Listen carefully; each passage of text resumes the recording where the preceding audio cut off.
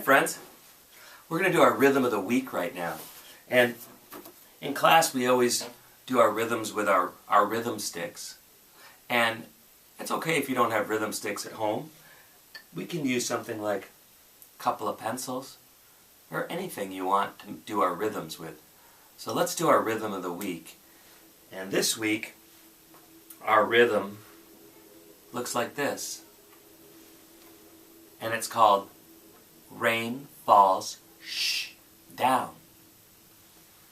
It has an eighth note, quarter note, and another eighth note. And we go rain falls shh down. And because there's a space between this one and this one, we put in that little shh.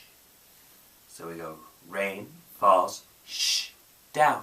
Rain falls shh down. And when we play it with rhythm sticks, we don't hit our rhythm sticks on shh. I just like to move them to the side like that. So I go rain falls shh down. Rain falls shh down. Rain falls shh down. Rain falls shh down. Rain falls shh down. Rain falls shh down. Rain falls shh down. Rain falls shh down. Rain falls shh down. Rain falls shh down. Rain falls shh down. Rain falls shh down.